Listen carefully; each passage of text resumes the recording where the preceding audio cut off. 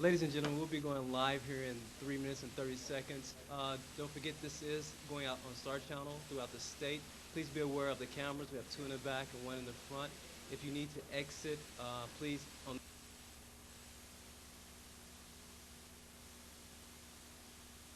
stated. If you have questions, please pass those to your right.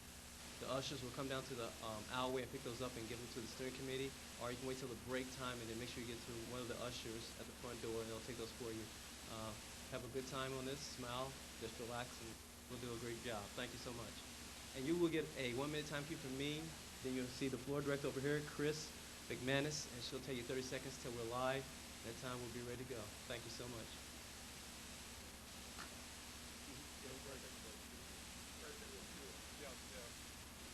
There will be a break between the formal presentation and the questions. There will be about 5 10 minutes.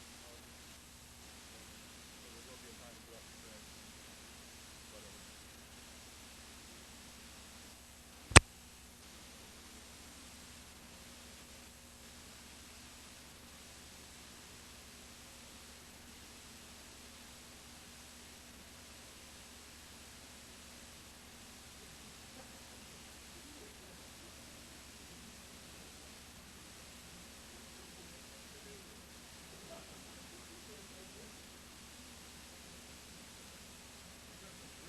Great speech right down here. Kathy, great. Red looks so nice.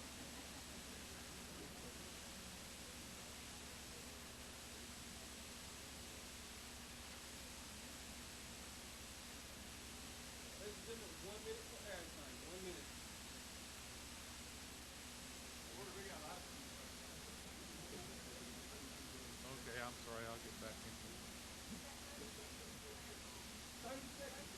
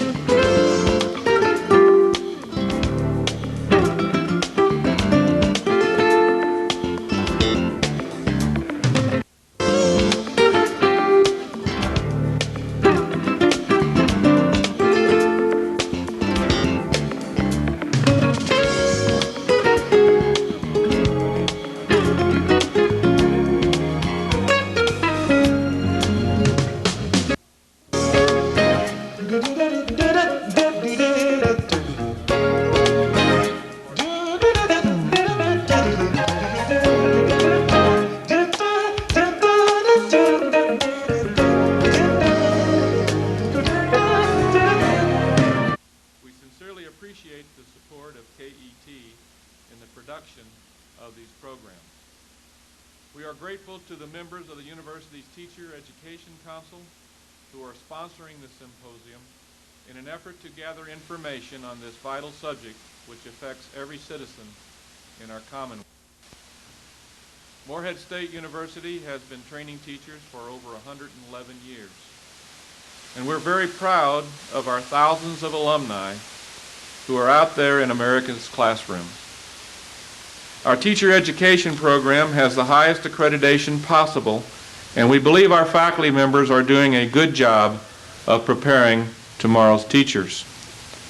So why are we and the rest of this state and nation talking about reforming or changing teacher education? It is at the top of our agenda because we realize that today's teachers are facing very different challenges than those who entered the field just a few years ago. I am very proud that almost 50 of our faculty members from a variety of academic fields are here again today as part of their commitment to educate themselves on this topic. We are seeking information and ideas on the national, the state, and local levels because it is important to be able to make informed. We are appreciative of those faculty and staff who are serving on the steering committee for this series of programs. You will meet them as they present your questions during the second half of our session today. At this time, I am pleased to invite Karen Hammonds, Assistant Professor of Education and Chair of the Teacher Education Council, to introduce our guest speaker. Thank you, President Egeland. On behalf of the university's teacher education, I am pleased today to have the honor of introducing our presenter. He has been Executive Director of the Pritchard Committee for Academic Excellence since it was created in 1983. His background includes service as Deputy Director of the Council on Higher Education, as Administrator at the University of Kentucky, as a history professor, and as a high school teacher. He is a graduate of Yale University and earned his doctorate in history at the University of Washington. Visiting scholar at Harvard and has been recognized nationally for his personal leadership on educational issues. He was the founder of the Governor's Scholars Program of the Kentucky Issues. Let me back up a little bit. He was the founder of the Governor's Scholars Program and of the Kentucky Center for Public Issues. He serves on numerous state and national boards and is a visiting fellow of the Annenberg Institute for School Reform at Brown University. His organization, the Pritchard Committee, is a nonpartisan citizens advocacy group dedicated to the improvement of education for all Kentuckians. Please join us in welcoming Dr. Robert Pritchard. Sexton! You inherited a new name today. That's not the first time.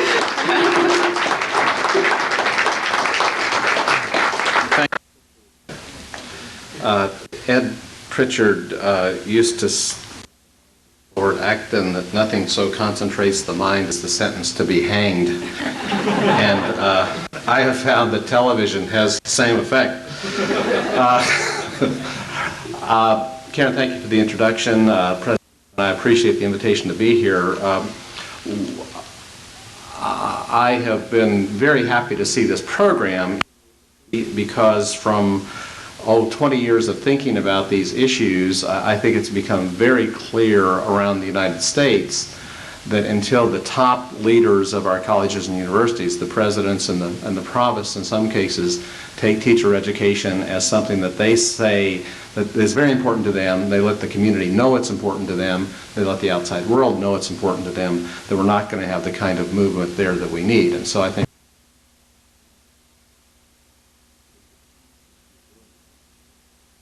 appreciate you're doing this. I'm here today, citizens. You can tell from that I do not have a elementary and secondary kind of learn today.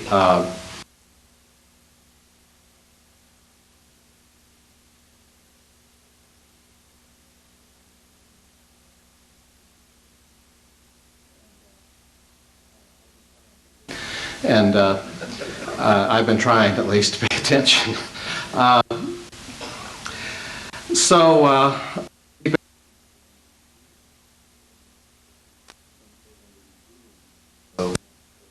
Things we're going to be doing in the next few months with an effort we're starting, and I'll describe that to you.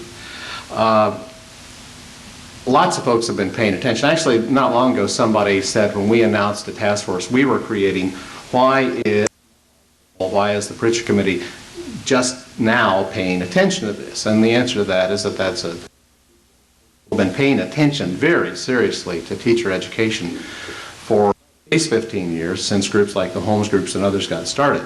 It's not a matter of paying attention, of figuring out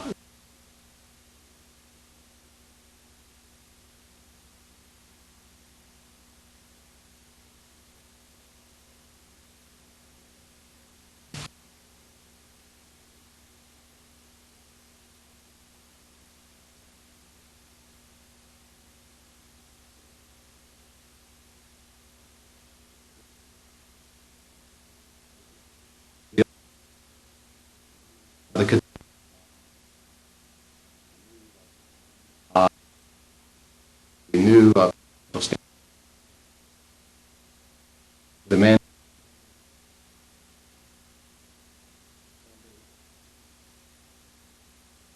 mandate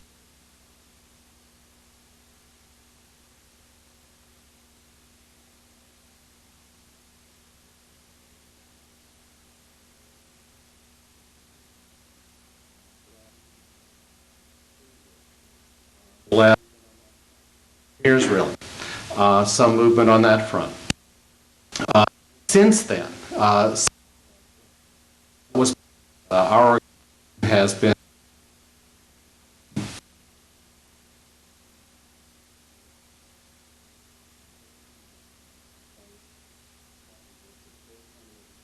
provided that we worked with the Fayette County Education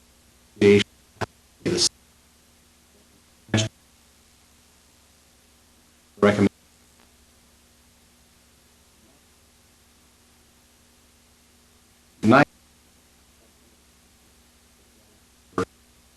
national that's well recommendation having to do extend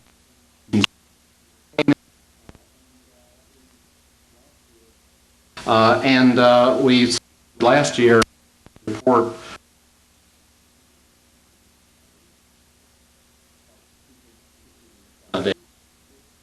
called Teachers Teaching in the Southeast.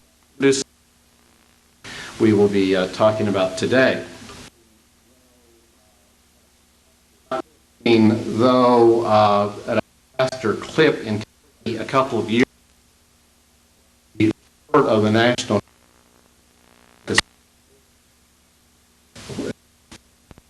post published task force chaired by Hammond, College, Columbia. The most thoughtful and teacher education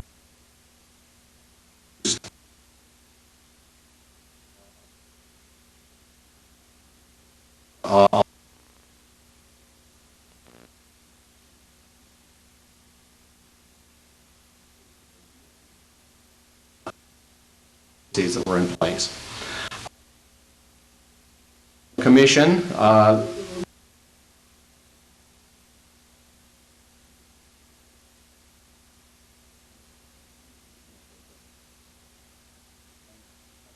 met those right, and Kentucky is one of the states.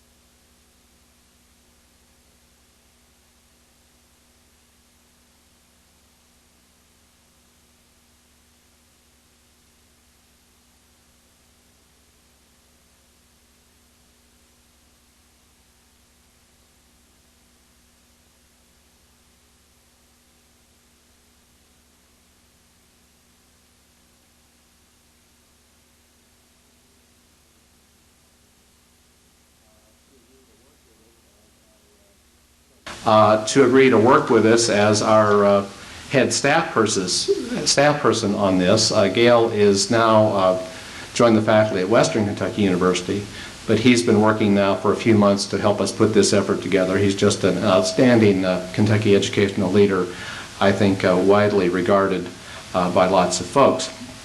We're still working out how to do that. We have now invited about 25 private citizens to be on a task force. We've invited a small handful of people to be advisors to us. We will, when that group gets together,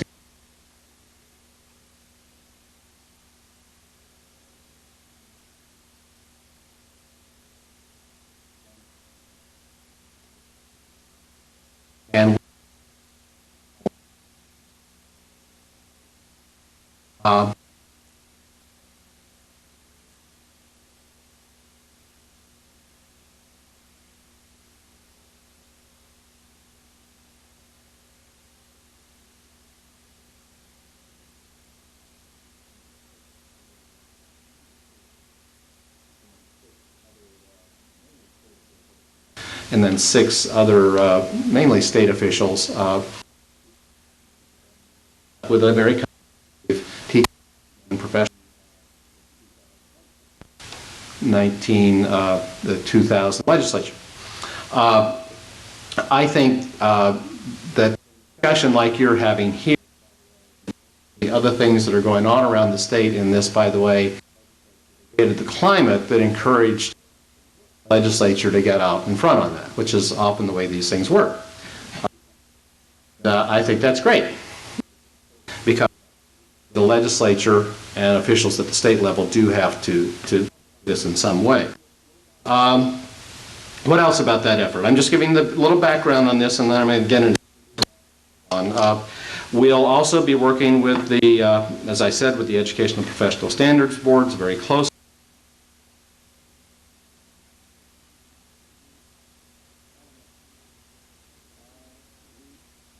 Development.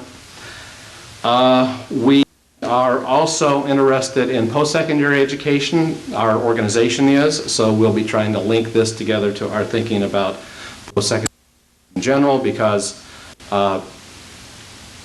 we know, and I think we have to tell everybody again and again and again, that improving teacher education is not the job of colleges of education. It's got to be a job. And we can talk about that more later. So we're interested in the whole picture. We will begin work with the review of a policy audit that has been prepared by the Educational Professional Standards Board, and I expect when they come and talk about that in more detail. So that's kind of the mechanics of what we're up to. So let me back up and start moving into some thoughts on the issue. First of all, I think this is a very good time to do this. A very good time in this country and in this state to be talking about teacher education. I think there is an opportunity in front of us. A couple of reasons for that. For one thing, there's a big national push, huge national discussion. Interesting that the discussion of teacher education hasn't really gone away. Started in earnest 15 or so years ago, maybe a little longer. It's still there. Goes up and down like this a little bit, but it's still there, and now it's way up. Second, I think we're going to have to replace about a quarter of our workforce in the next 3 years. A larger percentage over the next 5 or 6 years, but I, in a recent report, saw that about a quarter of the workforce would be leaving in the next 3 years. They'll be replaced. Whether or not, by the way, this is an opportunity or problem is up to other people. We'll come back to that. Why else a good talk about it? We know a whole lot more about what we're talking about in the preparation of teachers now than we did about the time of the Kentucky Education Reform Act. We've learned a lot from 8 years of watching Kentucky schools respond to external standards and so forth. And finally, the political machinery is all cranked up, ready to go, and so is the media. A lot of attention from newspapers in the state, and as you all know, but also attention to teacher education very broadly. Huge series in the Lexington Herald-Leader. Other major newspapers are focusing on this. It's going to be a hot topic in my mind. It's not going to go away. It's going to be a hot topic at least through the opportunity. I want to talk about the issue. Start, though, with a little snapshot of what the picture of the teaching profession in Kentucky is right now. On some University of Kentucky, he actually the data in for us. He prepared the Education Professional Board, and now he's done a report for the Kentucky long-term, which has not been released yet. It will be soon. Condition of teaching in the state.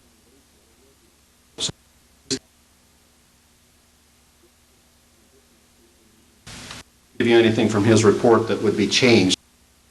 Let's just hope that's the case. Positive information about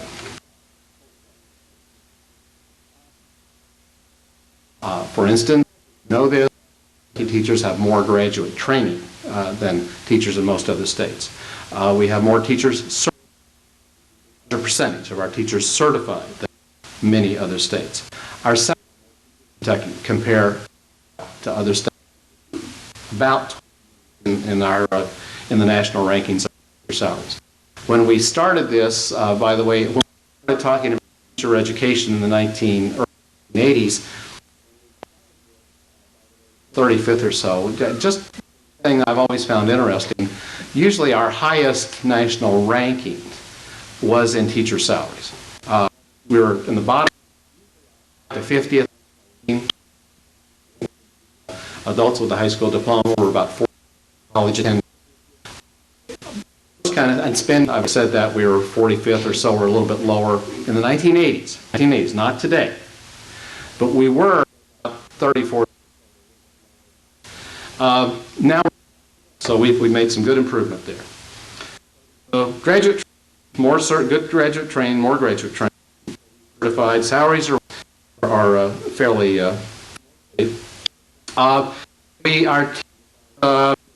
The students' education programs score above average on the ACT. Their average across Kentucky is about 21.5.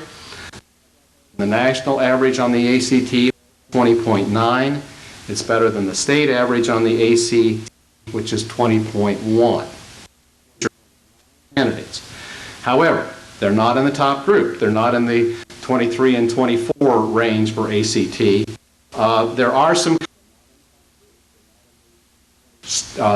teacher education students in that range. Colleges, Center, Georgetown Transy, Western Kentucky University. Western Kentucky University, in this report, is the highest institution. He sees it as the highest ACT score of any institution in the state. And if I didn't say it, 24 on the ACT. I do not know what it is here or what it is for all the other schools. Pretty good ACT scores. Kentucky has a good supply, overproducing.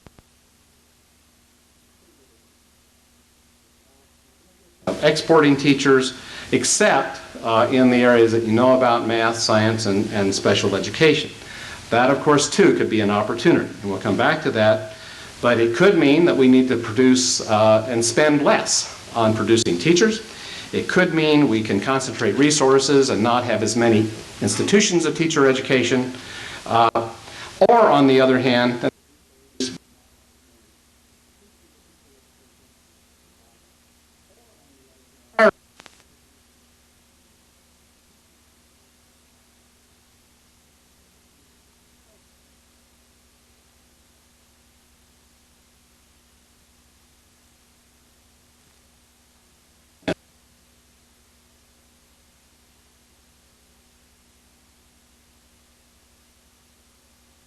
by the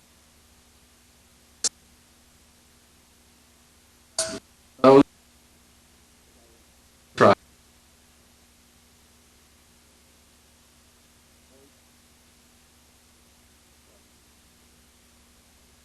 States in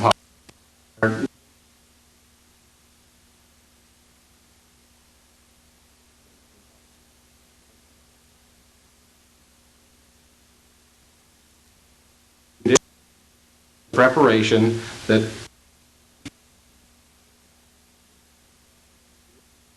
by the way, because we don't have any method of a teacher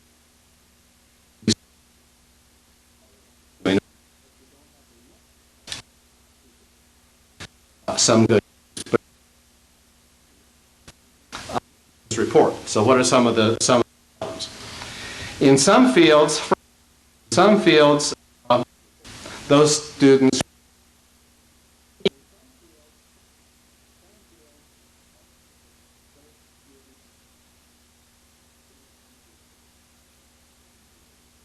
scores in areas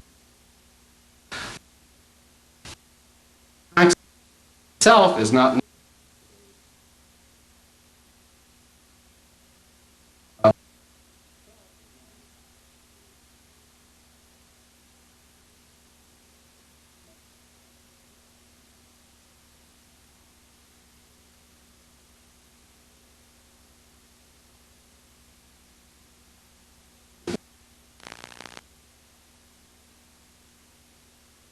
average.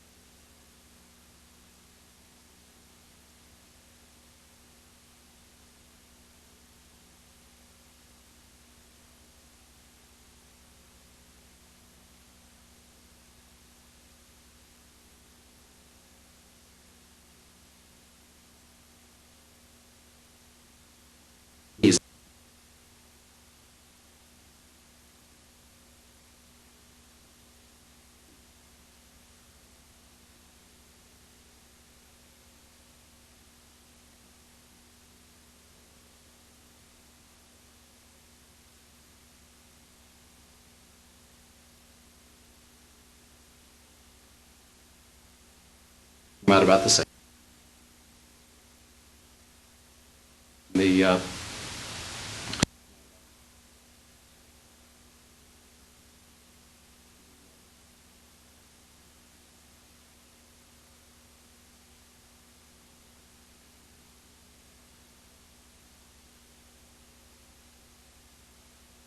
is going to continue to roll in a very substantial way.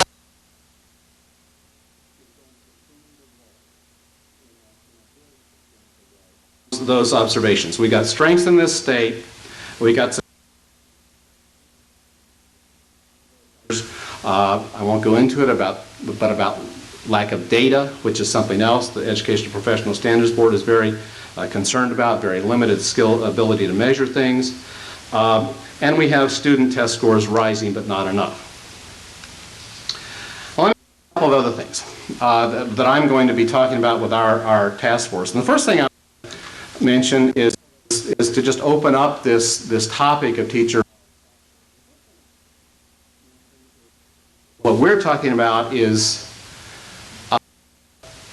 how do we teaching profession. It's not simply a matter of teacher preparation. But I wanted to mention a few things that I want our group, as we look into this, in their mind. And a couple are just observations. Keep asking why this is so hard. Why has it been so hard to get the results in teacher preparation and changing teacher preparation? First of all, this project that we're undertaking, and you all are undertaking, is just huge. As I said, it's about improving teaching and the teaching profession, not just teacher preparation. If you look at all the pieces, all of the systems that have to be worked on, it's bigger than what we're trying to do with the Kentucky Education Reform Act, which is extremely comprehensive. It has to do with the attractiveness of teaching as work. It has to do with the conditions of teaching, with the manpower situation that teaching is lodged with, and also the manpower situation for teaching. It has to do with compensation and dollars and incentives. And it has a lot to do with the general condition of post-secondary education. It requires systemic change. Remember that Mark Tucker, who was one of those people who wrote in the 1980s about changing American education and really is considered the person who invented the idea of so-called systemic education reform, talked about it as a way of improving teaching. All these pieces that we put in place, setting standards, having assessments, providing incentives in the classroom, making schools places where people are involved, where workers, teachers are involved in making decisions, where the focus is on learning. What's the point of all that? To attract more talented people into teaching. That's really what's behind all of this. So this is big and complicated. I was impressed by a study by Richard Elmore, who's a professor at Harvard, on the impact of what the TIMSS results mean for education policy and practice in the aftermath of TIMSS. And he makes a statement that really puts the complexity of what we're trying to do with our colleges of education and in Kentucky in context. And of course his context is you have the standards-based reforms, and what does that mean for people in schools? And here's what he says, and I want to quote it fairly extensively. Standards reform requires several fundamental changes in the way education is practiced, organized, and governed. It requires teachers, students, and administrators, not to mention parents, to accept explicit external standards for what constitutes acceptable content and performance. It requires teachers not just to teach to those standards, but also to learn how to teach in ways most of them have never taught before. It requires administrators to define their work and hence to redesign their job and organizations in which they work to focus on continuous improvement of instruction in classrooms and schools rather than primarily on managing the political environment of schools. It requires teachers and administrators to make hard and explicit judgments about whether their colleagues are meeting performance expectations and whether, if they fail to meet these expectations, they should be provided with additional assistance or encouraged to find work elsewhere. It requires teachers and administrators to deal with the inevitable frustration and anger that will come from parents and public at large when students in schools are found not to be meeting the requirements of external standards. The point is that standards-based reform requires everyone engaged in the educational enterprise to do things differently than they have in the past, and more importantly, sustained learning about how to do things differently. That's quite a list, but that's the kind of situation that the teachers we're preparing in Kentucky are now facing. So it's a huge, first point, reason it hasn't been dealt with adequately, it is a huge job. Second, don't want to stress this too much, people kind of throw off this point, but I don't think we can overestimate the long-term impact of women moving into other areas of the labor pool over the last 30 years. And that is one reason this is so hard to deal with, because for generations we had a captive labor pool of talent in certain professions, and teaching was certainly one of them. That is no longer there. The rules of competition for talented manpower, therefore, have changed for education dramatically. And we all know that. I just think it's important to state it because it underlines why we have such a big challenge in drawing the very best people we have into teaching. What else makes it hard? This is about qualitatively improving higher education. And I think that's harder than changing schools. I think the core question that we're dealing with when we talk about teacher education is a really tough one. It's this question.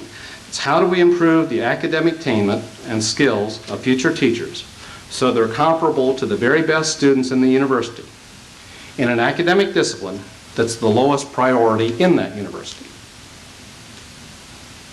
usually the most poorly funded. That's why the attention of a president to this is absolutely necessary.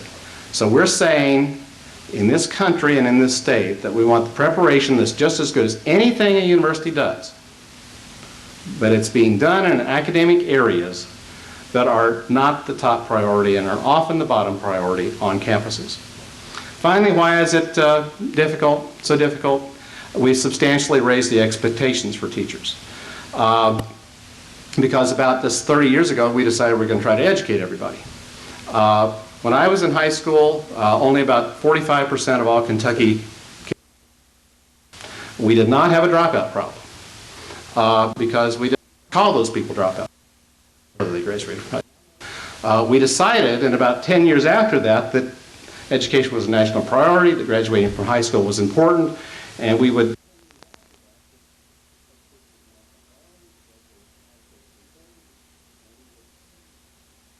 in states like Kentucky that were doing poorly. And then, of course, we have a whole raft of external obstacles to learning that come in through the external society. The impact of television, of crime and violence, parental disengagement, parental illiteracy in a state like Kentucky where about 900,000 of our adults are illiterate. Massive external obstacles when, at the same time, we've raised the standards. And finally, there's the matter of student achievement. We have been increasing our achievement, I think, some. Pretty well for such a poor state. It has to go up a whole lot more.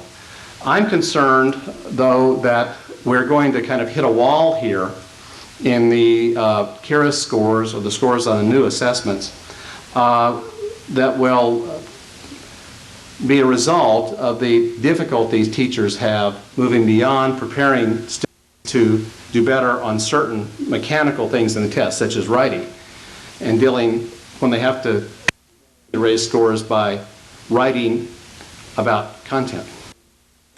So we're going to move into this area of content and the need to improve the teaching of it more and more, and I think there will be external pressure from the assessments based on that. There's several things that are needed. We have to have better curriculum in the schools. We have to have incentives for students. We have to have more focus on reading at the levels, and we have to have better teaching. We have to have improved practice in the classroom. So the question is what to do. I'm going to wrap this up by walking through a few ideas of topics that I think we need to be discussing as we talk about teacher education.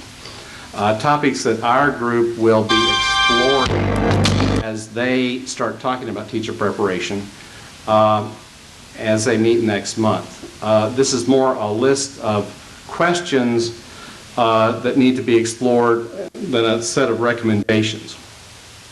So let me just run through a few of those, the kinds of things that I hope you all will be looking at, and I think other people will be looking at. First of all, there's a question about how colleges and universities can document the quality of their preparation, the quality of their educational results, and explain the standards they're trying to reach. What performance is expected on our campus beyond Carnegie units. In other words, if we were trying to say what performance standards we expect a student to achieve other than 128 hours, what would it be? You can tell by that I'm not talking about colleges of education, I hope, because that's not a college of education question. It's a university-wide question. My field is history. What does a university believe a person who has majored in history should know and be able to do? I think that's on the horizon. That's something we need to look at. Second, a question of how to hold teacher educators accountable. And that's, again, not just colleges of education. Shulman has been very persuasive in showing us that teachers learn to teach from all their classes, especially the classes that they're in their majors that they're going to teach. I majored in history, got a PhD in history, taught history for about 3 years at Murray.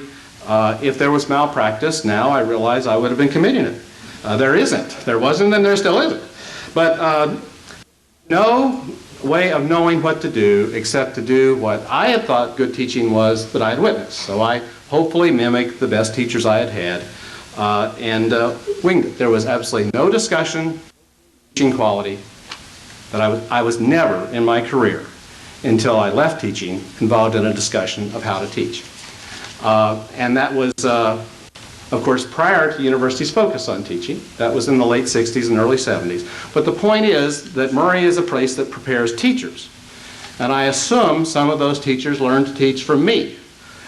Maybe they were watching better teachers, and the best case would be that they learned from other teachers. But the point is that the history department at that university did not consider it to be its business to prepare teachers, and it wasn't even thinking about how well it taught. It wasn't on their radar screen. Next issue. There's a question about how to get all the players linked together in constructive ways. Colleges, schools, districts, state officials. Big breakdowns in communication or non-communication. I do think that this notion of K-16 councils that Don Langenberg talked to you about is a good place to look. I don't know exactly the best way to put that kind of thing together. I have been impressed by some things I've heard in northern Kentucky about discussions that have gone on between math at Thomas More and Northern Kentucky University and school teachers in the area, high school teachers. There was an activity, as I remember it, and we helped start this, but I haven't been directly in touch for a while, an activity of the college faculty to share with the high school faculty the examinations they use to determine math courses. In other words, here's what we expect of an entering student. That's the kind of one of the kinds of communication we need. There are all kinds of other links we need to talk about. Another question, how do all of the laws and regulations that affect teaching affect the hiring of teaching? Or how do all laws and regulations affect teaching? An example, our laws and statutes and regulations having to do with school councils have an effect on the hiring of teachers because the council has to be involved. School administrators talk about the difficulty of, in a tight market, of seizing the opportunity to hire somebody, particularly in the summer months. So a structure that was meant to involve people has an unintended negative consequence of making it difficult in an area where you're competing for good teachers. Find the person, recruit the person, make the offer for that one great physics teacher who's in the next county. And we've got to work on those things. There are dozens of those connections that we have to think about. Another question. How do we manage and govern the system of teacher preparation and certification at the state level?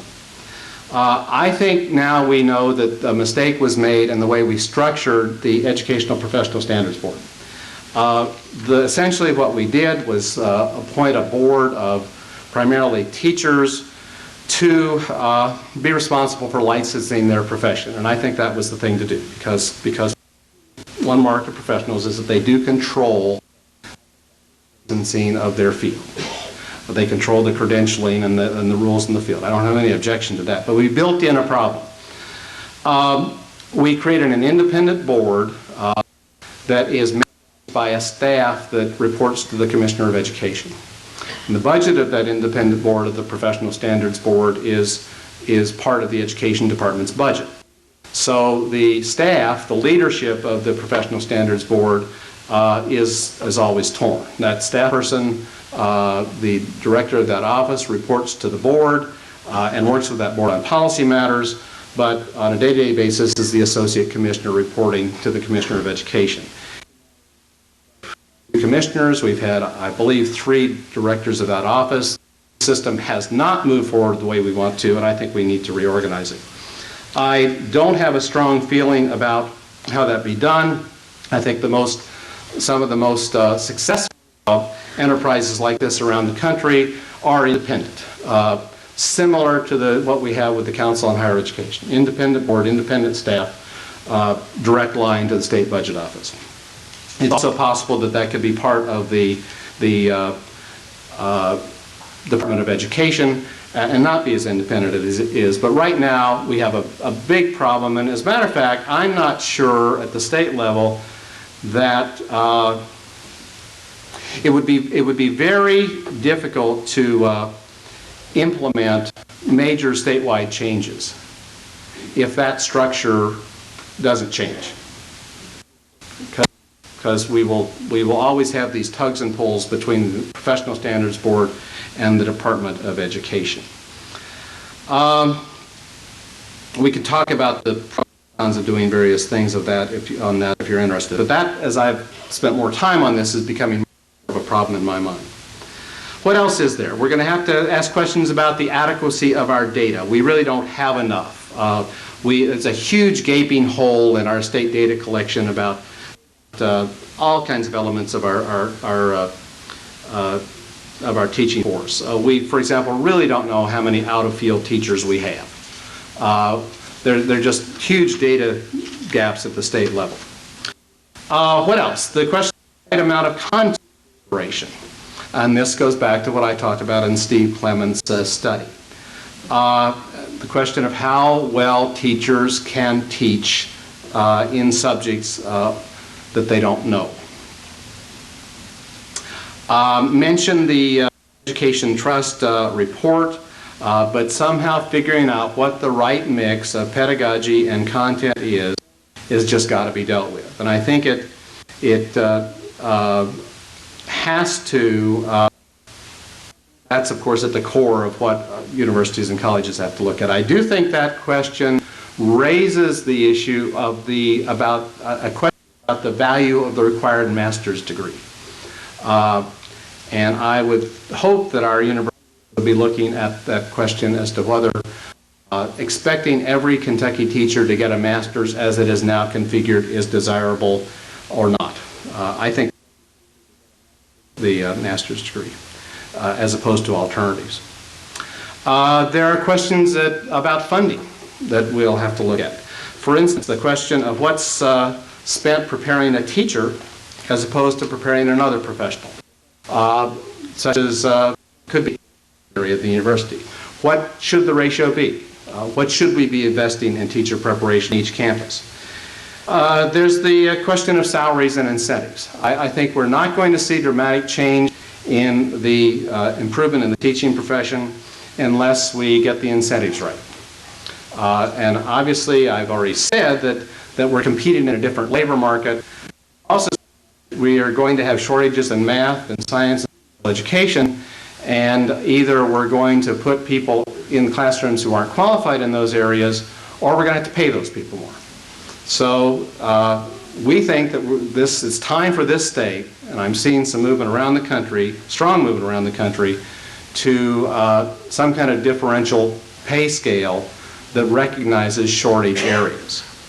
There are states now, as you probably know better than I do, that are paying bonuses in certain fields. In the Southwest, states are competing for bilingual teachers by paying signing bonuses for teachers to move from New Mexico to Texas, for example. I think a very productive way of thinking about the way we pay teachers, and I think we need to think about that. We also need to think about incentives for keeping people in the profession.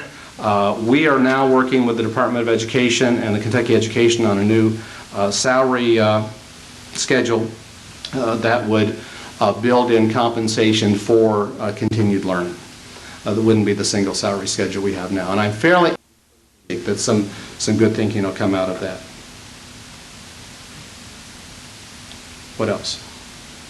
Question about how to connect teacher preparation and professional development. How to have teachers who believe they're lifelong learners, who see their job, as Elmore said, as continuously improving and continuously learning more about how to do their work in the classroom.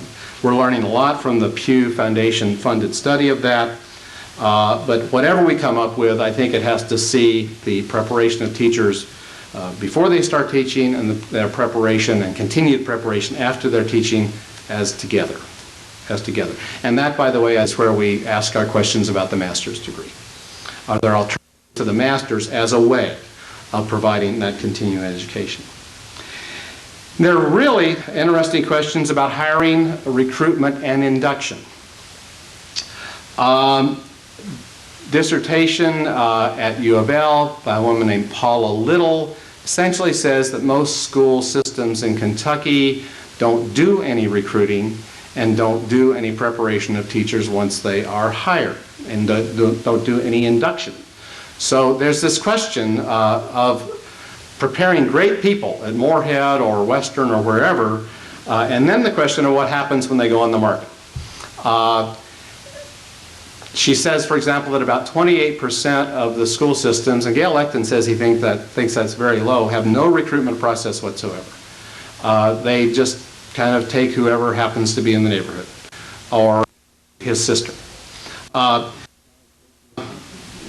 They really are more focused on the individual's link, fit with the community than what would be demonstrable academic qualifications.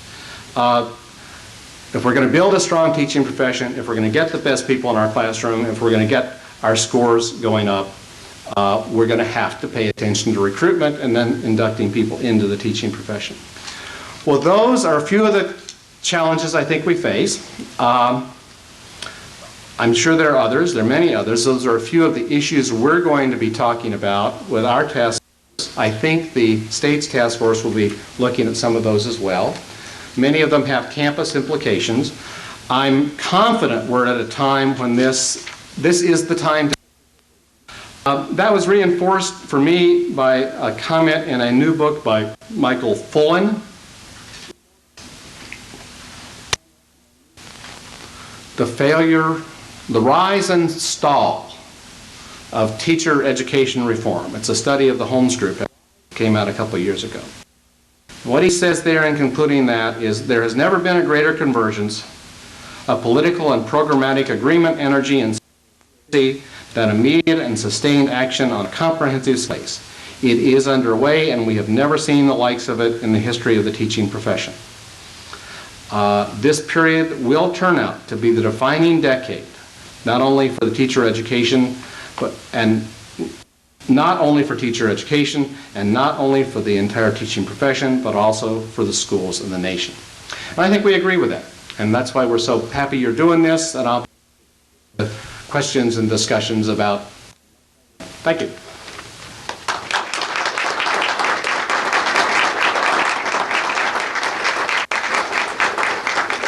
At this time, we'll take a 10-minute break and return for questions.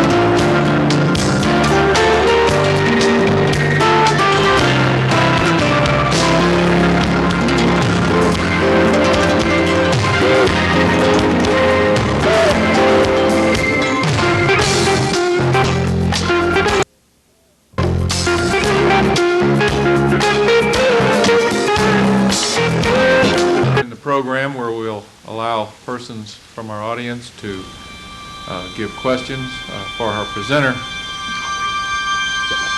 He's going to get his pen, and while he's doing that, I'll be thinking of the first question. As moderator, I've always had the opportunity to ask the first question, and really it came from one of the emails that were sent to us early on during the week, and it captured my attention, and one I'd like to ask you now, Dr. Sexton. You were a very central person in the CARA reform, and certainly the Pritchard Committee played a dominant role in helping that occur. I'd like to ask you what lessons you learned from that, and how could they be applied to another broad initiative of reforming teacher education and in-service, and what kind of advice could you give us of what's good and what we might want to avoid? That's a pretty big question. Just take any part of it, because they'll want to ask others. Yeah. I don't know whether I can link what we've learned to, I'll let you all link what we learned to thinking about teacher preparation. Two things over the last few years have started to leap out for me and for folks for people doing research on Kentucky and for folks in other states that are working on this type of reform. One, I'll just mention, and can't really do anything about it, and that's this interesting, almost political question of how much, if the whole reform is about the continuous upgrading of the teaching profession, meaning teachers, 35,000 teachers, learning how to teach more effectively so that every child, then how much professional development and retraining do you put up front instead of your assessment up front? We, to satisfy the legislature, of course, put the assessment and the incentives and the reward system in as fast as possible to show results. The training element of that came late. Well, wouldn't put it that way. There wasn't enough attention to the retraining at the state level. The thought was that the regional service centers would provide that and the schools would purchase from providers. The lack of a thoughtful system, creating a thoughtful, coherent, integrated system at the beginning is still haunting us. Now, the reason I don't want to push that too far, President Eglin, is that we wouldn't have $100 million more a year in public education. We would have done it that way. Because there was no way a legislature was going to increase taxes by 20% and say we'll hold schools accountable in about 20 years. First, we're going to retrain the teachers. Since they don't really believe in retraining the teachers anyway, that just their priority. That, I guess, does fit in with what we're talking about to the degree that we still have that crying professional development need, which must be satisfied to some degree by our colleges and universities. The other one is maybe more germane.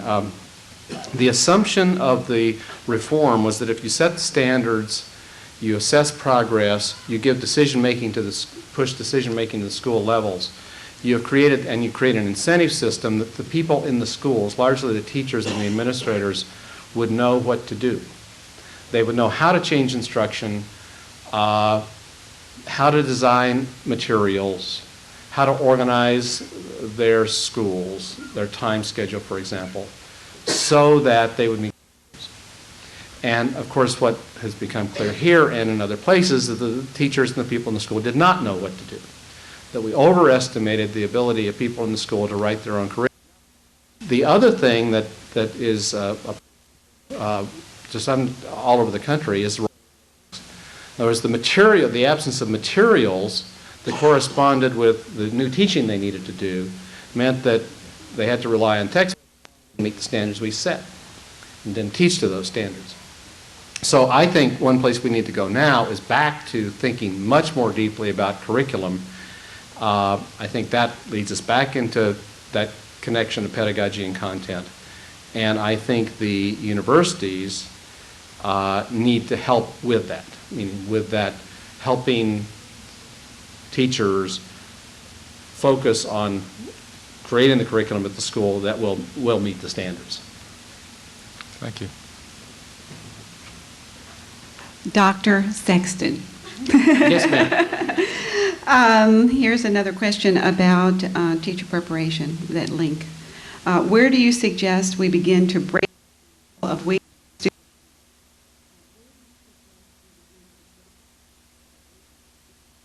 About preschool. I think at the college level. College level? Whoever wrote this question, I assume at the college level. I'm not sure I even know how to answer. Where in the cycle? Let me repeat the question, maybe yeah. that will help. Where do you suggest we begin to break the cycle of weak student preparation, which leads to weak teacher preparation? I think I'm understanding it, we do get students at the university who are not as well prepared to become teachers as they ought to be prepared. And we do our best to prepare when they them. come to you in the Yes. education program. I think this is what the question is Yeah, asking. okay. And then we have this market demand. You know, we do need to produce teachers particularly for Eastern Kentucky, Right. but for the nation. Many of our students end up teaching all over the world. So how do we break the cycle so that we can begin getting better teachers, future teachers coming to Morehead State University in the first place, so that they will start here at a higher level to become our future teachers? Right. I think Well, that's what the question is. in a way, that's the whole one way of reform question you got. And at this university or the other large universities that prepare large numbers of teachers. And I think I can presume to answer all of that for you, because I don't know, and that's the kind of thing you got to work through. I think that's the kind of thing for the faculty and institution to work through. I do think it has a lot to do with figuring out how to focus on the quality of undergraduate instruction. That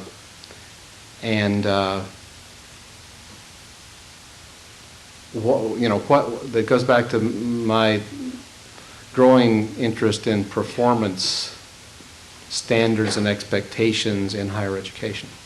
In other words, what does it really mean to have mastered the various curricular areas that the university expects students to master?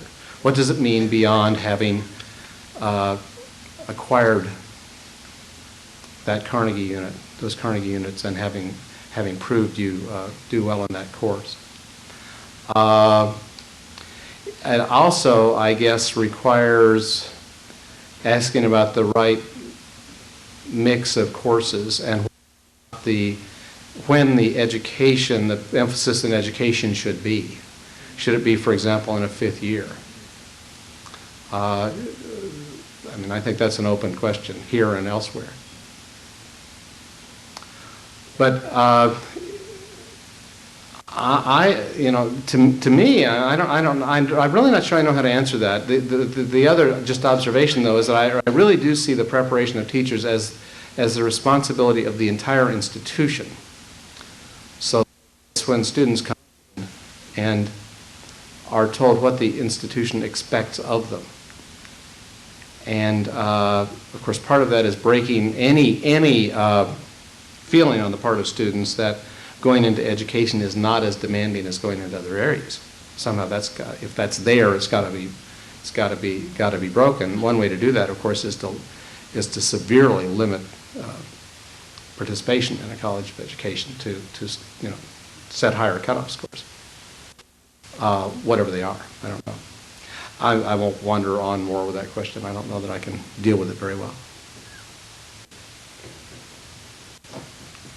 Donna Everett, College of Business, and I'm on the steering committee. You had talked late in your list of issues about hiring, recruitment, and induction. And right. This question has to do with Kentucky has KTIP. Isn't that a successful program for induction training for new teachers? I don't really know. Again, as I said, I'm not an expert, just an observer of this. I don't know. Research is showing about that. I think when superintendents like Gail Ecton talk about induction, means a multi-year process of bringing a new employee in, being sure that they're right for the organization, being sure that they have a personal plan that meets with the organization's plan, being sure that they're prepared to stay and leave. I don't think he's talking about induction as a one-year internship.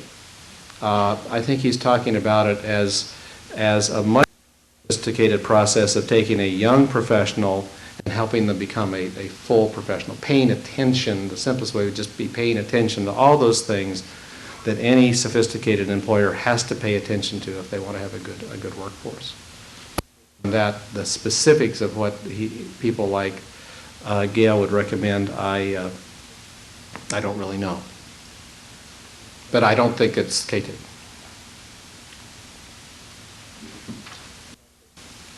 Hello, I'm Debbie Grubb, and I'm also on the steering committee, representing the College of Education and Behavioral Sciences. And this question, I guess, is asking you to look in retrospect.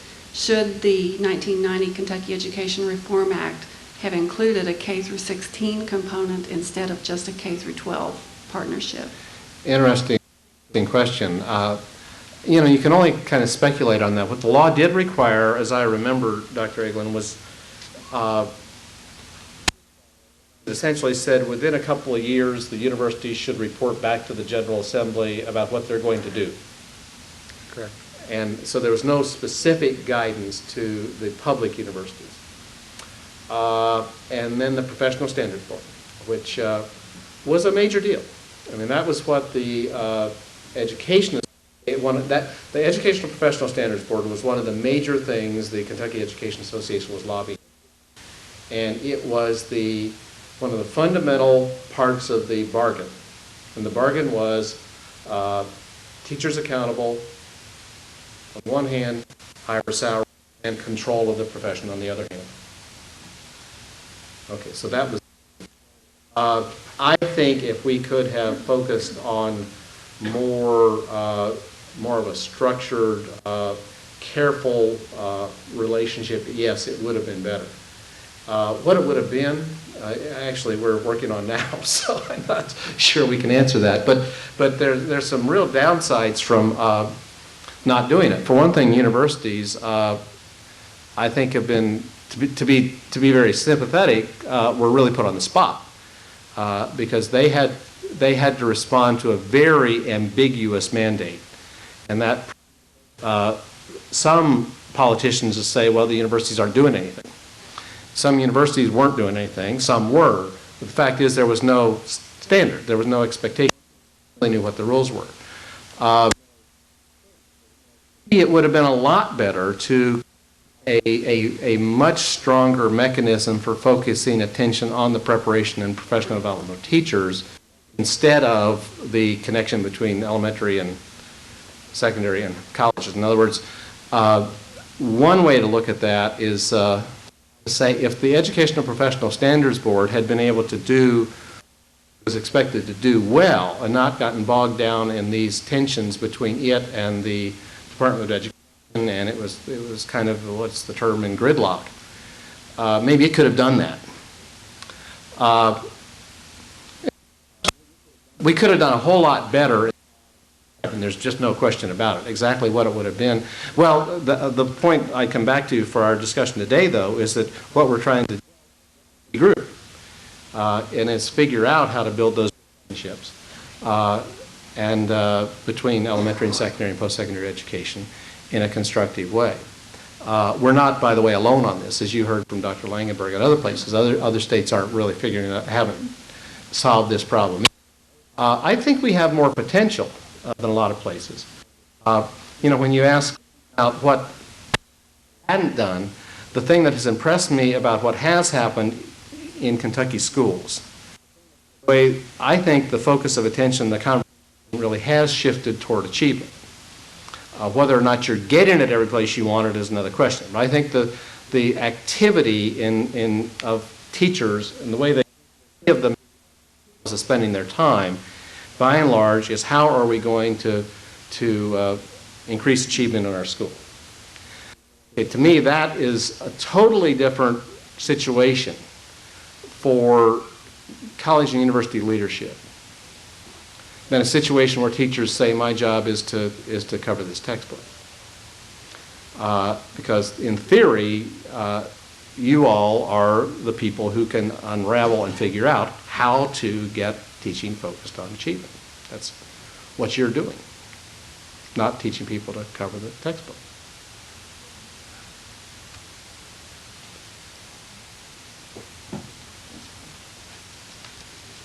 I'm Thomas Klein, and I'm on the steering College of Science and Technology. And this question has to do with the current certification structure for teachers. It says, currently a student to be certified in, for example, physical science is required to take a plethora of physical sciences courses and is not allowed to have a major in a particular physical science. And so the question is, we complain about that person getting lack of content. I don't really know anything about the specific certification things. I didn't understand they couldn't have a major in there. So, I think the fact is that they can, but and maybe this is best next week when we have folks here from the Standards Board who understand it. But I think from previous discussions, as I recall last week, 2 weeks ago when Dr. Cody was here, I think a similar question was asked.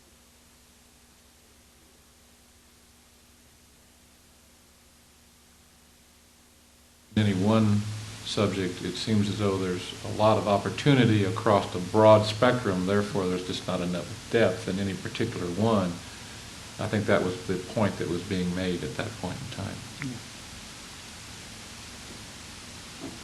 Dr. Sexton, I'm Stephanie Fiala, and I'm representing the College of Humanities. And my question is, since testing has become a most hotly debated issue relative to CARA, what suggestions do you have for determining and establishing valid and reliable means of assessment that certainly will be a major part of any broad teacher education reform effort? I mean, an assessment of what is happening on this campus, Well, or what we teach means of students assessment. about assessment. Well, I think since testing has become a hotly debated issue, is it related to CARA as far as the Yeah. testing? What sorts of What kind of suggestions? things we teach our students about assessment. I don't know. That would be up to the curriculum people. I have not the slightest idea what we teach in our colleges of education to our teachers about assessment. I think the question is probably geared more toward, as you well know, in Kira, all those assessment patterns had to be placed up there early. They did not necessarily measure what many people in the legislature thought they should. It became a very controversial issue, and now we have a new testing assessment program. I think it was probably more geared towards that. I believe as one, it's about putting new professionals out into the school systems. I think the question was probably geared towards how do we help prepare them in the necessary types of experiences that will allow them then to prepare students into what they will be assessed against, and that would probably be this next testing era. I think that's what the question was leading toward. I'm trying to interpret it also. But I think your answer is correct. We don't know. Well, I'm saying I don't know what the curriculum in post-secondary education includes on that. I might naively have thought something about the connection of instruction at the college level of preparation of teachers to assessment. And I'm open to being corrected on this, but I assume that good, authentic assessment of whether students were learning is really assessing whether or not teachers could teach the material well, and that it didn't matter what the assessment was. So for instance, if an area I am concerned about, teaching of writing, for example, it is the teacher's job to teach a young person to write well. Now, one of the unusual things we do in Kentucky is ask them to write, and we assess whether they do know how to write, as opposed to give them a multiple choice test. I don't quite, my naivete on this came in where I never thought that you had to know a whole lot about what the assessment was to prepare a student to write. So that's where the question of what technique in assessment our future teachers are going for, I'm still not sure I know a whole lot about why that matters. But I'm willing to say that somebody could clear that up for me. I'm open mind on that. I certainly can't clear it up. However, I do know that we are facing a recertification in our Southern Association evaluation, which comes up every 10 years. And one of the areas that we've noted as a weakness of our institution, and I think it's shared across all post-secondary education, is making that link. We are used to teaching what we teach, give a test, kid passes it, they get a grade in the course and goes on. Now, we don't know what they've learned. We know they passed the test. And I think what you're saying is that all of a sudden we should be concerned about what is the achievement? What are those things that we want them to carry on? What effect did we really have? And who is good at doing that and helping students and who is not good at that? Because those who are good at it are the ones that we want to reward as teachers. And that reminds me of something that now I thought of. I wonder whether some of our institutions, I think it would be good for all students when they leave higher education, but particularly students who are going to teach, to have done a portfolio at the level. Now that's a, quote, assessment that colleges and universities can do in a major, could be in any area. When I was in college, we had cumulative exams. As a history major, I had to pass 2 one-day essay exams as a senior to graduate. That's end of course can be designed, or end of major can be designed on a campus. Now those are the kind of things that our students are expected to do, high school students are expected to do, and the kind of things that our teachers are, the kind of classrooms our teachers are teaching. Portfolio to me is a good example. I wonder how many future Kentucky teachers have had the experience of doing a portfolio as an undergraduate student. They all do? All graduates have a portfolio at the end of the semester. And it's evaluated? Great. I think one of the areas that you may be referring to is, yes, that is true, and it's probably true of most of our majors now. It's a component that is certainly in a great number of our disciplines. However, when one is preparing a teacher, especially at the elementary level, that many of their content courses come in our general education series, what they take in general education. And that doesn't lend itself well. We do take some testing, I think, at the end of that, but I think we only use it for our own purposes to find out what's occurred. But you have to run under the assumption that if you're taking an intro to, or whatever the discipline might be, that content knowledge that you gain there is something that you then will have later as you go in and teach young people. And I think your comments about the praxis bears out the fact that we're not doing a very good job there.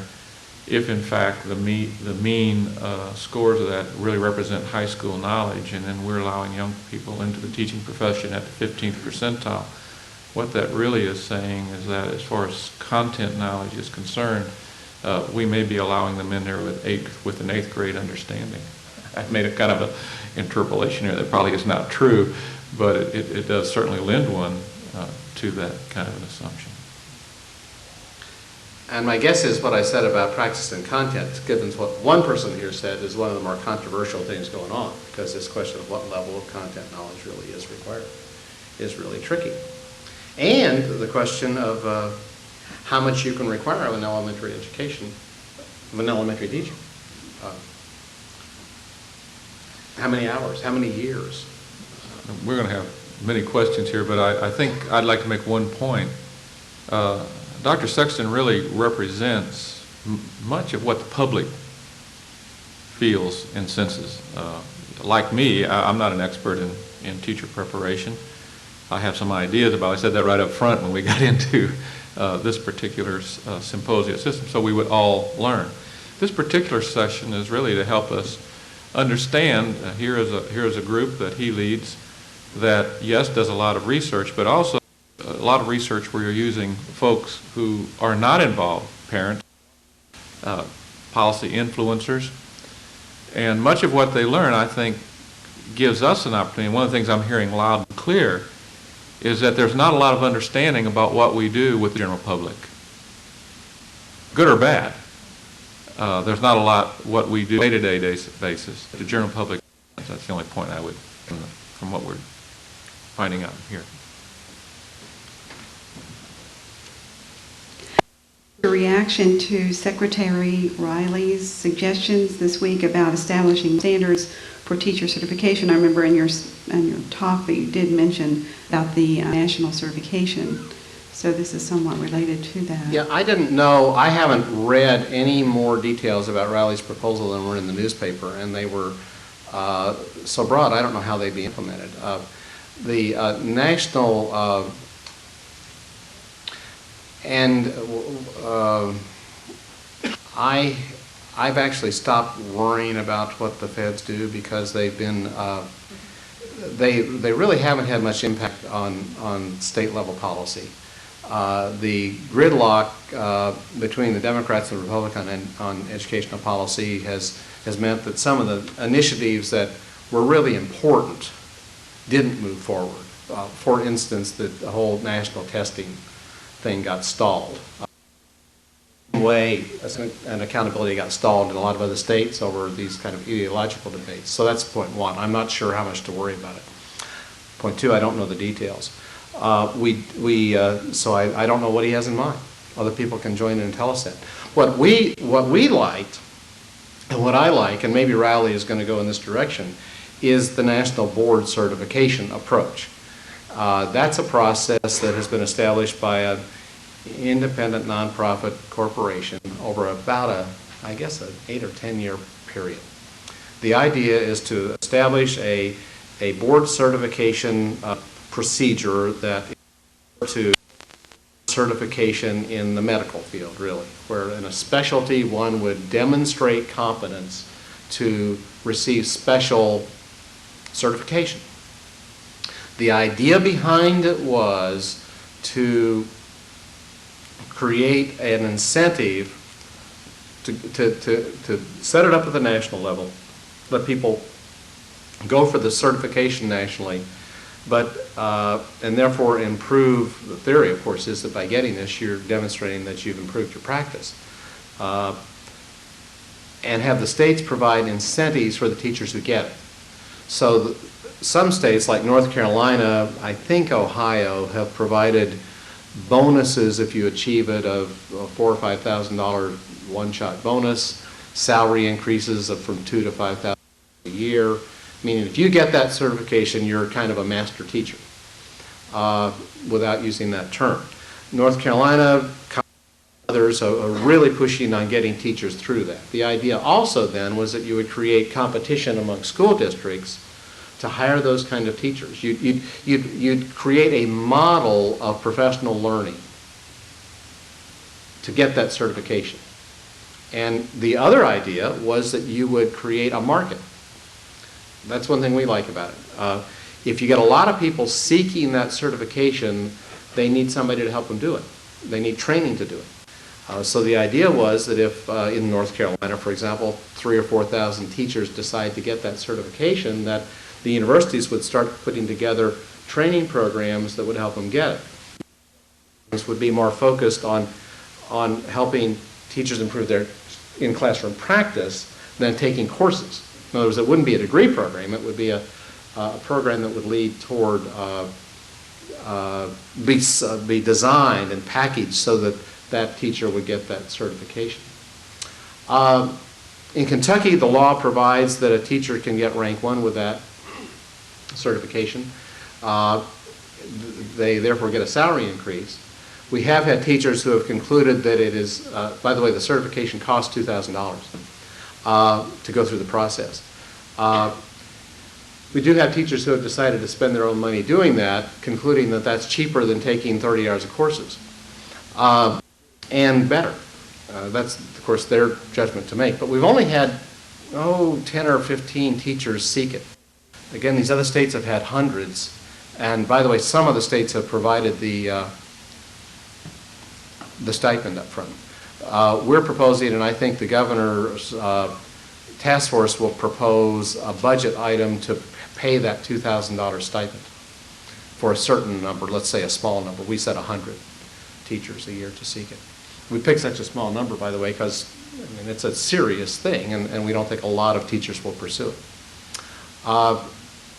I think that's an area that would be helpful for universities to look at. I think if one would investigate what it takes to get that national board certification. Remember, it's for a teacher who's already teaching. Has to be teaching for 3 years, I believe. Look at what is required there, then look at your graduate program and say, are we providing the training that would help a person become certified? Would one of our graduates, MA graduates, meet those standards? That's one way to look at it. It would be helpful in that way, I think. Another way it could be helpful, I think, to any university is to find a way to bring teachers together in their area and help them seek this certification. And I think that has the potential of revitalizing faculty by giving them really challenging work to do with teachers, and opening up a whole new way of packaging the education of adults who come back to this institution. I didn't answer your question, but I said a lot about other stuff. Is that fair? I wrote down all your ideas. Okay. If you recall, Dr. Langenberg actually put forth the same concept. He used the analogies of doctors, that it first started out as a profession that without very much status, and as it gained in its stature and put its own certification standards in, that it was a profession. And I think his point was that in teacher education, yes, we have standards, etc., but we never have put it to the limit that would show that a person truly is certified, and that being validated at some national level. And he felt that if, as you recall, if large numbers did that, then that would bring more stature to the profession and therefore more money. Yeah. That was his conclusion. Yeah. And that's why these states are saying, if you get this certification, we'll give you either a bonus or a pretty hefty salary increase. It's by the way, another way of breaking the single salary schedule, which is part of the agenda as well. Do we have other questions? What improvements in teacher education have been indicated by the research to be made to current programs? That need to be made, probably? Yes. I would just pick out the ones that I have already mentioned. And I think the foremost one would be some kind of a genuine, sincere focus on the quality of teaching across the campus.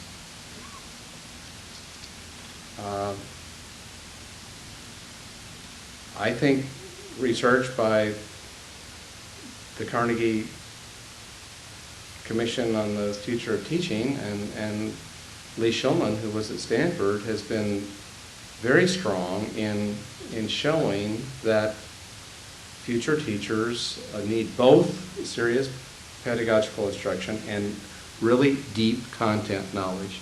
in order to be able to convey complex concepts to students. And therefore, they need much more engaging and much more challenging undergraduate instruction in content areas than they're often. Now, I know that that's a huge challenge that I just laid out, but I'm worried that if we say we're going to improve teaching just by what we do in our College of Education, and that doesn't happen, that we're going to be right back here again after a whole lot of grief and hard work. Yes, ma'am. This question, I guess, would your perspective as representing the public would really be helpful. This is asking if the grassroots support for education is less than, equal to, or greater than what you had originally expected it to be in 1990. For education in general? For education reform in general. Well, I don't think we knew what it was. That's a really interesting question. It's an interesting question all over the country. There are polls on this. 4 or 5 have been taken. Of course, there were no polls before the reform was passed. We do know that before the reform was passed, improving education was, of course, the top thing on the public's mind. Here in those polls also showed that the public was thinking that some kind of, quote, accountability was desirable. It showed that they thought they were getting a result. I said, give me a plausible solution and I will be willing to increase my taxes. We had good support on several polls of Kentuckians saying, I will pay more money for public schools. Well, see, what you never asked those people was, well, if we'll raise your standards and make it harder for your kid to graduate and so forth. And remember, we don't have any student standards, but Ted Sizer always has said about the requirement that kids pass a competency exam to graduate, that 89% of the Americans say that every kid should pass that exam, but 89% want their kid to graduate in June. So we've never put any of these standard things to the test. Now we have. The polls have shown that the public supported the reform by a small margin throughout. You've ranged from support that, well, let's put it this way. Generally, the way it's worked out is you've got about 10% of the population that says this is the most terrible thing I've ever seen. This is the devil's work, period. You've got about 30% that said this isn't doing much good. You've got between 35 and 45% that said, yeah, this is okay. And then you've got about 10% that says, this is great. And that's pretty much maintained for 9 years. You've had sometimes when close to 50% saying, yeah, this is going in the right direction. But that's the statement of endorsement. Yeah, this is kind of going in the right direction is the endorsement, not this is the greatest thing since sliced bread. And I don't think we can expect for anything else. There's another interesting question here for you all to ponder. There's speculation that when a state says, we're going to really be serious about educating everybody, that you are taking a commodity that some part of the society didn't want to give to other people and giving it to everybody. That you have the danger of taking from the middle class, which has prospered by having their children educated and moving into staying in the middle class and moving up. Feel that if everyone has that, they will have less of it. And I don't think, the interesting thing to me about Kentucky is that I don't think, now that issue I think has been joined in some cities where you've seen real tension over this matter of educating all kids. That to some degree has been based on race in those cities. I think the interesting thing about Kentucky is we haven't seen that emerge yet. and I'm not sure I know exactly why. It may be because we're talking about a statewide situation. It may be because we're not talking about race. Because our most poorly educated populations are white and are poor white people. But anyway, I'm just speculating. The public, a lot of people who are looking at this huge national effort to reach all children in a serious way are wondering what happens if you really do that. What the political reaction is if you really do it. Does that make sense?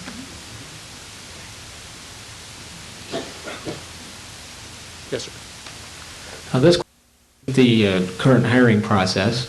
The question asker asks, we need to pay close attention to Paula Little's dissertation. As an SBDM member, I'm not encouraged by the current hiring process. Does the state have plans to provide administrators and SBDMs training on how to plan ahead for future teachers and how to search for, attract, and interview effective candidates? I don't know what the state plans are. There may be someone here who could speak to that. Anybody know? You think they should? I'm not forcing you to do that. Zella, if you were moving around to answer that, I don't want to make you do that. The only comment that I can make, and it's certainly not official from the department by any means, is that I'm our local district SBDM coordinator, and one of the main sessions for the upcoming conference next month deals with that particular issue. Okay. So maybe they are. Yeah, and Dr. Eglin has said, do you think they should? And but remember, you got the statute question of the responsibility of councils versus the responsibility of principals, the way all those things work together. Some of that's statutory. And then you've got this matter of preparing people to deal with shortage areas and so forth. And I think there's to tell you the truth, I'm not sure who at the state level would be responsible for such a thing. It's not apparent to me that I bet there's just a big hole there. When you think about it, you essentially said that through your whole legal structure that local boards and superintendents are responsible for managing local schools. You have certification requirements for superintendents. You have training requirements. So, you assume they know how to do their jobs. And remember, again, the theory of what we're doing is that if you measure performance, people are accountable, and the proof is in the pudding. Interesting question. Don't know the answer. Bet there's a vacuum.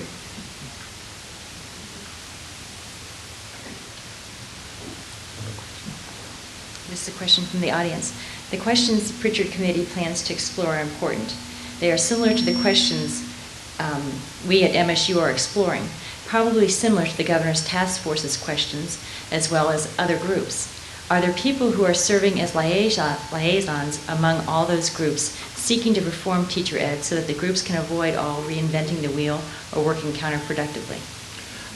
Good, very good point. In a structured way, no, but there is a lot of communication, between those levels. At least on our end, we don't have any authority to do anything. We're purely outside the system. So all we can do is try to connect with other people and try to keep things kind of moving along in a constructive way. I don't know about the communication between the department and the new task force, and I don't know how what is going on campuses gets linked into that. Very good question. Yeah, there's a question mark at the end of it. What we are going to try to do, well, what we are doing here is we're taping these to our tape, and we're sending it to all the players. It's going to Dr. Cody, going to the governor and the task force and their staff. It's going to the other institutions of higher education in the state. It's going to you. And our hope by doing that is that, so we don't reinvent, that we do all start with understanding. And part of the tapes will be much different level.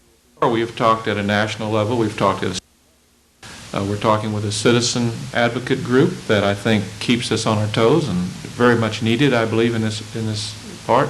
Standards boards next week. Newspapers, what did they learn? What do they think? They certainly have it. But then I think equally as important of getting down to superintendents, principals, teachers, those on the firing line every day, what they think, what they know, and what they can share with us. And then lastly, our own College of Education. So I think you can see, if you look at the total, and if those tapes truly are used, our intention is that whatever we can glean from this, whatever we can do with this, hopefully by sending it out to all the decision makers, that they will say, whoa, we better get together because we have a lot of players in this, which is exactly what your point is. It's such a broad problem. It needs all of our brain power coming together, not just one segment, and certainly not just the political segment, which now is on tape and they will hear. But I think what's been a university president has not done what you have done by taking the lead in this. I think we haven't explored yet, we don't know yet because we haven't tried it, the effect on this statewide discussion of serious, really visible action from public university or universities.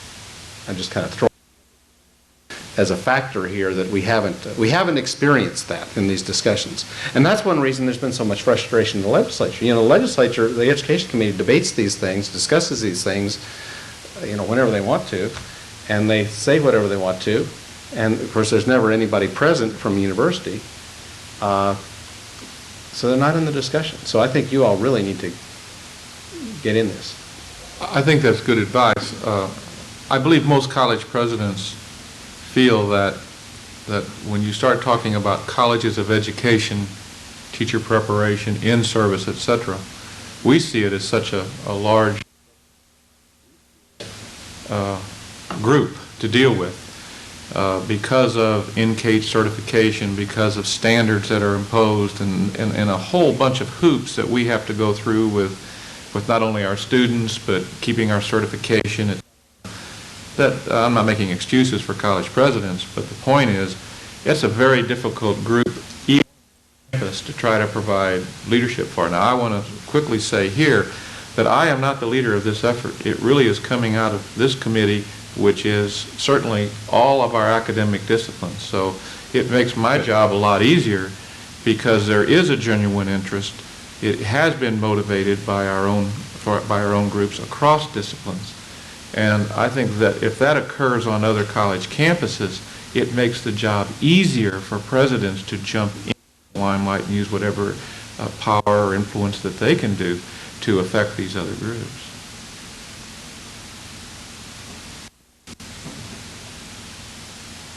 We were talking about who was the audience for all of this reform this week when the Teacher Education Council Committee that's writing a position paper on reform at Morehead State. And it is important to think about who is the audience. And it's wonderful, we think, that serendipitously the audience has become bigger this year. So it's just kind of fortunate that the audience, we're all talking the same topic. Another question, changing the topic. This is a rather long one filled with a lot of good ideas. In your talk, Dr. Sexton, you asked, are we hiring the best teachers? Does the state have plans to assist and encourage districts to search for and attract highly effective teachers across the nation? This could include training to administrators and site-based decision makers on how to plan ahead for future teacher needs and how to search for, attract, and interview effective candidates. It could also include state support to districts for attractive employment packages as sign-on dollars, reduced class size, release time for professional development, low or no interest short-term loans for relocation expenses, tax packages similar to those given to attract corporations, incentives to attract highly talented teachers to Kentucky's school districts. At the end of your talk, you discussed this issue. Thank you. As a member of a site-based council, I have seen no recruiting process. Training in this area is essential. I think really good points. I don't think there are any plans, but I think all those ideas are things that have to be pushed into this discussion at the legislature. All of them. I think they're all exactly what needs to be done. Somebody looking at this dissertation, by the way, the dissertation by Paula Little on the absence of recruitment and recruitment policies, commented that they thought the fundamental problem was that many of these folks don't think there's a quality problem. Okay, so the first step locally is going to be talking to people about, do we have the quality in our classrooms that we need? Are we hiring people at the level we need? And his view of the research was that it's not just that people aren't recruiting, it's they don't think they need to because they think they can choose anybody. We got to change that too. I think that's a good point to end on. Provocative issue. Whether it is or not. Whether it is or not. Let's show our appreciation to it.